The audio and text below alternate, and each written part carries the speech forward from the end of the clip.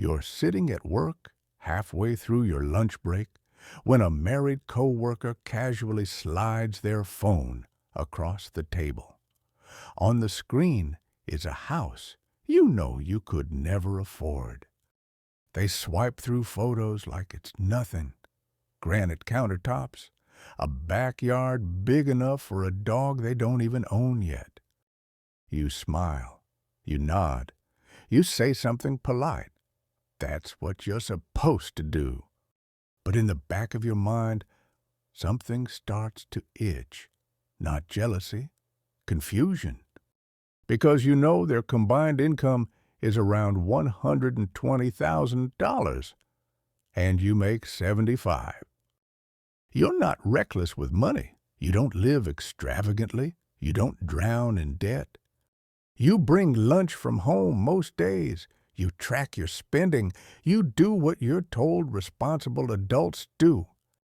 And yet, you pay $1,800 a month for a one-bedroom apartment so small you can touch the stove and the fridge at the same time. Meanwhile, their mortgage is $1,600 for a house 3 times the size. That's when the question finally forms, quietly, relentlessly, is this fair? The uncomfortable truth is this: it's not about effort. It's not about discipline. It's about math. And the math was never designed to work in your favor if you live alone. Housing prices assume 2 incomes.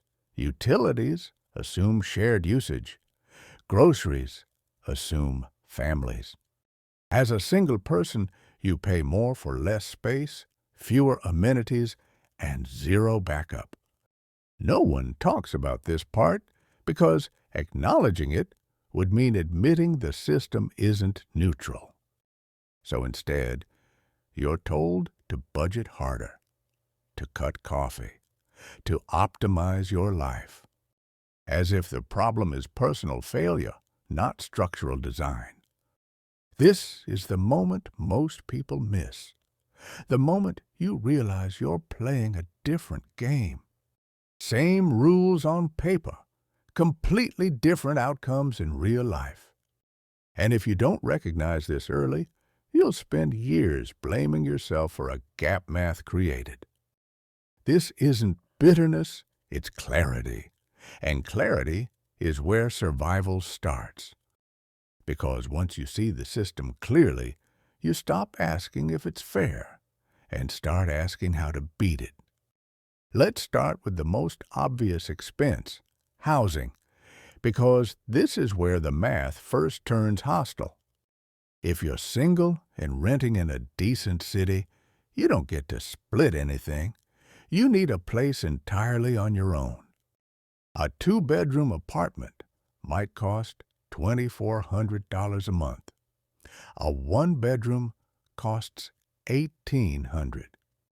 At first glance, that sounds like a discount. 1 less bedroom, $600 saved. But here's the trick. You're paying 75% of the price for 50% of the space. That's not efficiency. That's a penalty for living alone. Now look at a couple. Same 2-bedroom apartment. Same $2,400. They split it, $1,200 each. No sacrifices required. You pay $1,800 for less space. They pay $1,200 for more. That $600 gap isn't abstract. It's real money leaving your account every month. $600 a month. $7,200 a year. And that's before utilities, internet, water, electricity, trash. You don't get a discount for using less. You pay the base cost anyway. Couples split those bills too. You don't.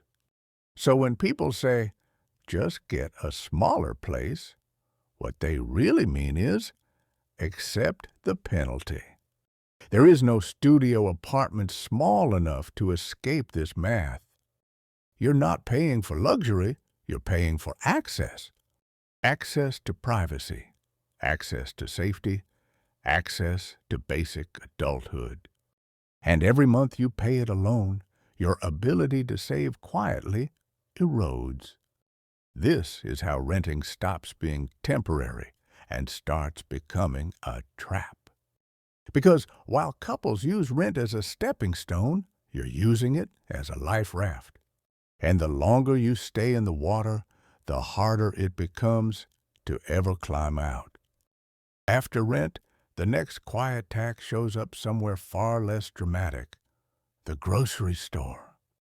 Because grocery stores are not designed for individuals, they are designed for households. Everything is sold in bulk, family size, value packs, buy more, pay less. On paper, the math rewards efficiency. In reality, it punishes solitude.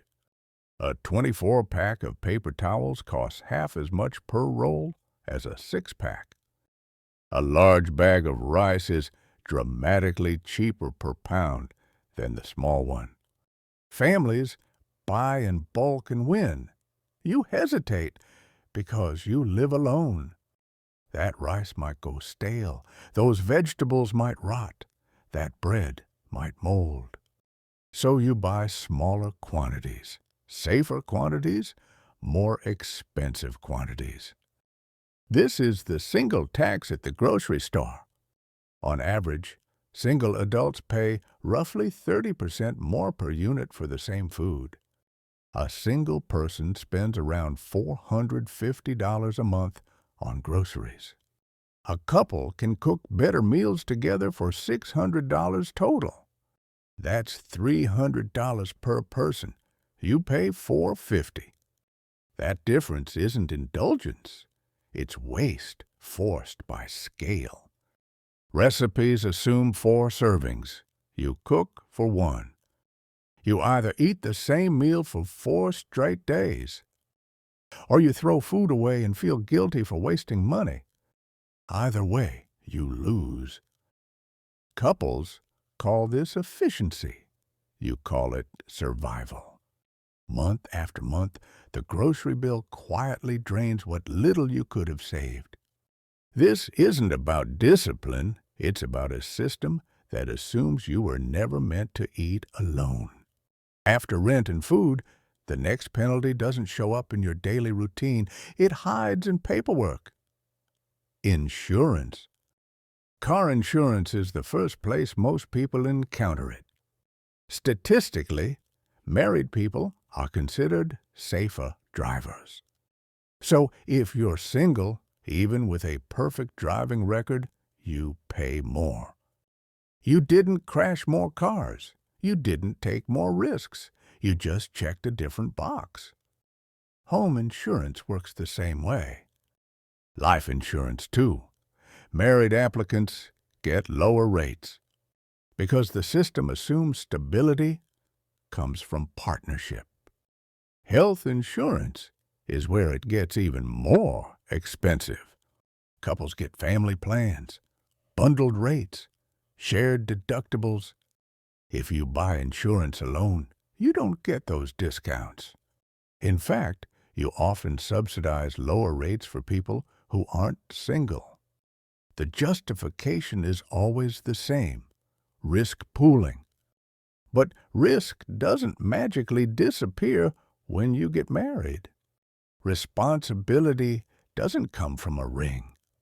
Still, the premiums keep coming. You pay more to insure the same car, the same body, the same life. And because these costs are automatic, they're easy to ignore. But over years, they compound quietly. This is another place where being single isn't neutral. It's expensive. Not because you're riskier, but because the system assumes you're alone. And every unchecked box has a price. Now we arrive at the place where the system stops pretending: the tax code. This is where the penalty for being single becomes official policy. On paper, The standard deduction for a single filer looks reasonable. For a married couple filing jointly, that deduction nearly doubles. At first glance, that feels fair. 2 people, twice the deduction. But here's what the math hides. 2 single people living apart get the same combined deduction as a married couple. But the married couple shares one household. They consolidate rent, utilities, food, insurance. You don't. The tax system rewards consolidation and quietly punishes independence. At higher incomes, the gap gets worse.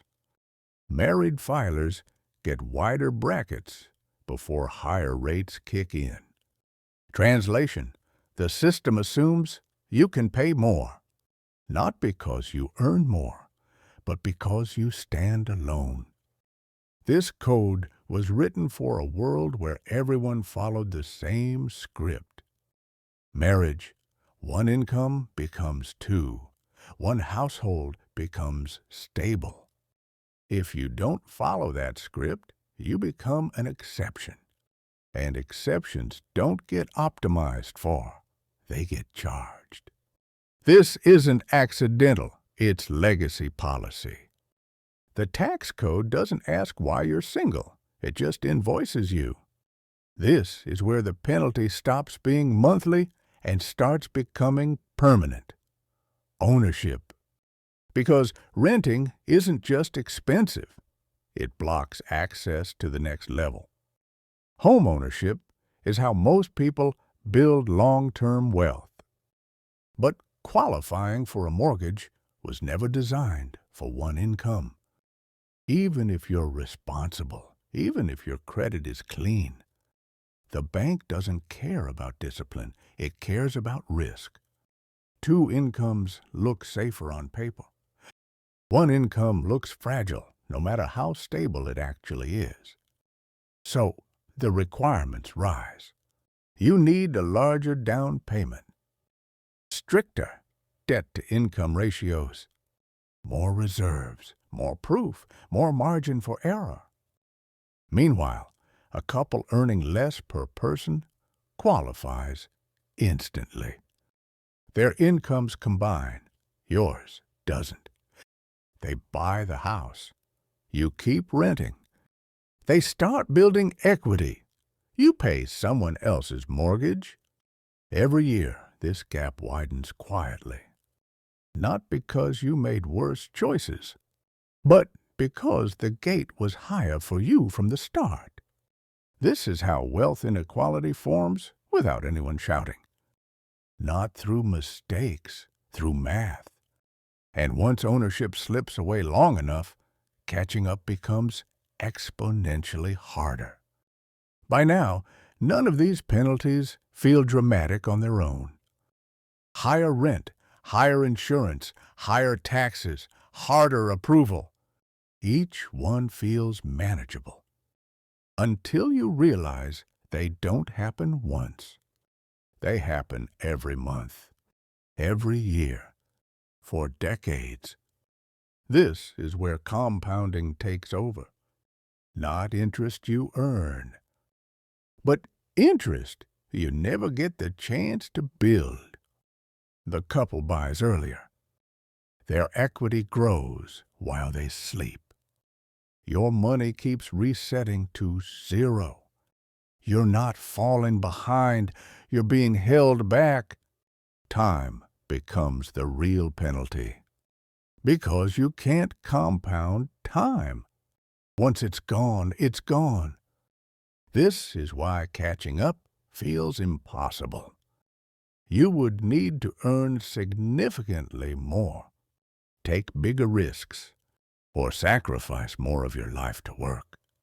This is how the system quietly decides who gets ahead and who runs in place. By now, the pattern is clear. The economy was not built for people who walk alone. But survival doesn't come from pretending the system is fair. It comes from seeing the rules clearly. Singles survive by becoming intentional, where couples can afford to be passive. They budget harder, plan longer, choose with fewer mistakes allowed. They build communities instead of households. They protect time like wealth because time is the only leverage left. This isn't resilience by choice, it's adaptation by necessity. The goal isn't to catch up, it's to stop the bleed. Because surviving a couple's economy means knowing the game was never neutral and refusing to disappear inside it.